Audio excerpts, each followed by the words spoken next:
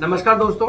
Monsoon की झमाझम बारिश हुई है, उसके बहुत सारे साइड इफेक्ट हुए हैं, बहुत सारी बीमारियां उत्पन्न हो गई हैं, जैसे वायरल फीवर चालू हो गया, डेंगू है, मलेरिया है, चिकनगुनिया है, इसके अलावा टाइफाइड है, जॉन्डिस है, गैस्ट्रोएंटेराइटिस है। ऐसी बहुत सारी बीमारियां फैल रही हैं। कैसे बचें इन बीमारियों से, आज मैं उसके बारे में बात करूंगा। मैं हूं डॉक्टर डी के Gupta, chairman Felix hospital Noida. आज हम बात करेंगे वायरल फीवर की और इस मानसून सीजन में कौन कौन सी बीमारियां हो रही हैं, उनसे कैसे बचाव करें। नंबर 1, कौन कौन सी बीमारियां हैं जो वायरल फीवर है। एक तो जैसे रेस्पिरेटरी सिस्टम से रिलेटेड जो बीमारियां होती हैं, इनको श्वास तंत्र बोलते हैं, जिसे अपर रेस्पिरेटरी इन्फेक्शन भी बोलते हैं या लोअर रेस्पिरेटरी इन्फेक्शन बोलते हैं। इस तरह की वायरल इलनेस इस समय बहुत फैल रही है, जो नॉर्मली ड्रॉपलेट इन्फेक्शन से फैलते हैं, मतलब खांसने से, छींकने से, हाथ मिलाने से, हाथ ना धोने से, कोई जगह छू लिया आपने, फिर उसको नाक मुंह आँख को फिर दोबारा छू लिया। तो इसका तरीका ये है कि आप इन बीमारियों से कैसे बच सकते हैं कि आप खांसते छींकते समय रेस्पिरेटरी हाइजीन का फॉलो करें। कोनी पे खांसे छींकें या रुमाल पे या टिश्यू पेपर में खांसे छींकें, डस्टबिन के अंदर डाल दें।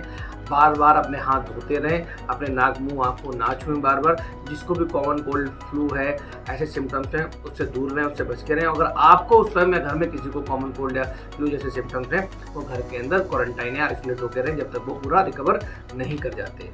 तो ये बात हुई सांस से रिलेटेड वायरल फीवर्स की। दूसरा होता है वेक्टर बॉर्न डिजीज, या जो वायरल फीवर जैसे डेंगी है, चिकनगुनिया है और दूसरे डेंगी टाइप के बहुत सारे वायरल फीवर होते हैं, जिनसे हाई ग्रेड बुखार आता है, बहुत तेज ठंड लग के बुखार आता है, 104-105 डिग्री का।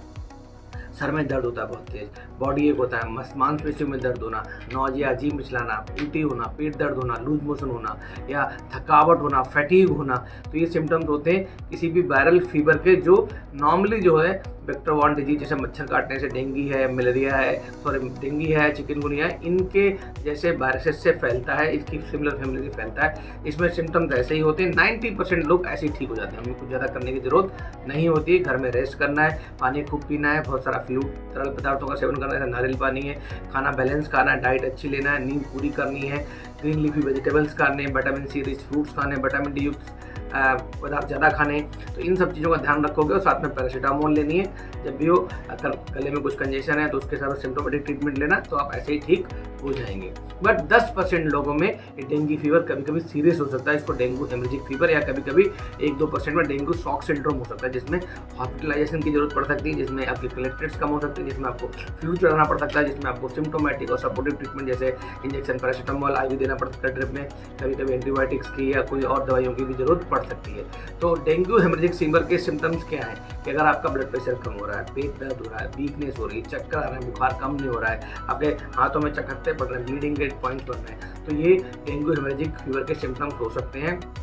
ऐसे केस में आपको तुरंत नज़दीकी डॉक्टर के पास जाना चाहिए, दिखाना चाहिए और अपना इलाज कराना चाहिए। हो सकता है आपको भर्ती करना पड़े, कुछ ब्लड टेस्ट कराने पड़े, जैसे कंप्लीट ब्लड काउंट है, जिसमें आपकी हीमोग्लोबिन है, TLC है या टोटल ल्यूकोसाइट काउंट बोलते हैं जिसको, या प्लेटलेट काउंट है, इनको हम लोग चेक करते हैं। डेंगू का टेस्ट कराते हैं कि डेंगू तो नहीं, NS बेनेट और डेंगू सीरोलॉजी में IgM और IgG टेस्ट करते हैं। इसके अतिरिक्त कभी कभी मलेरिया और टाइफाइड रूट आउट करने के लिए हम मलेरिया का टेस्ट भी और टाइफाइड का टेस्ट भी करते हैं, जिसको हम कभी कभी फीवर पैनल बोलते हैं। तो ये बेसिक टेस्ट हो गए। अगर इन टेस्ट में कुछ नहीं मिलता तो कभी कभी एक्सरे या अल्ट्रासाउंड कराने की भी आवश्यकता हो सकती है।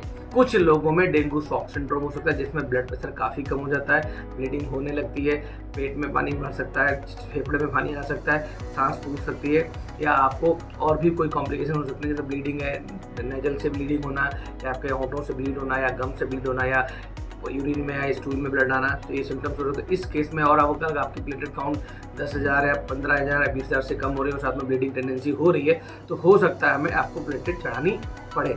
तो ये हुआ डेंगू फीवर का, डेंगू हेमरेजिक फीवर का और डेंगू शॉक सिंड्रोम के बारे में। उसका क्या सिम्टम्स हैं, क्या साइंस हैं, क्या लक्षण हैं, क्या हमें जाँच कराना चाहिए और क्या उसका इलाज है।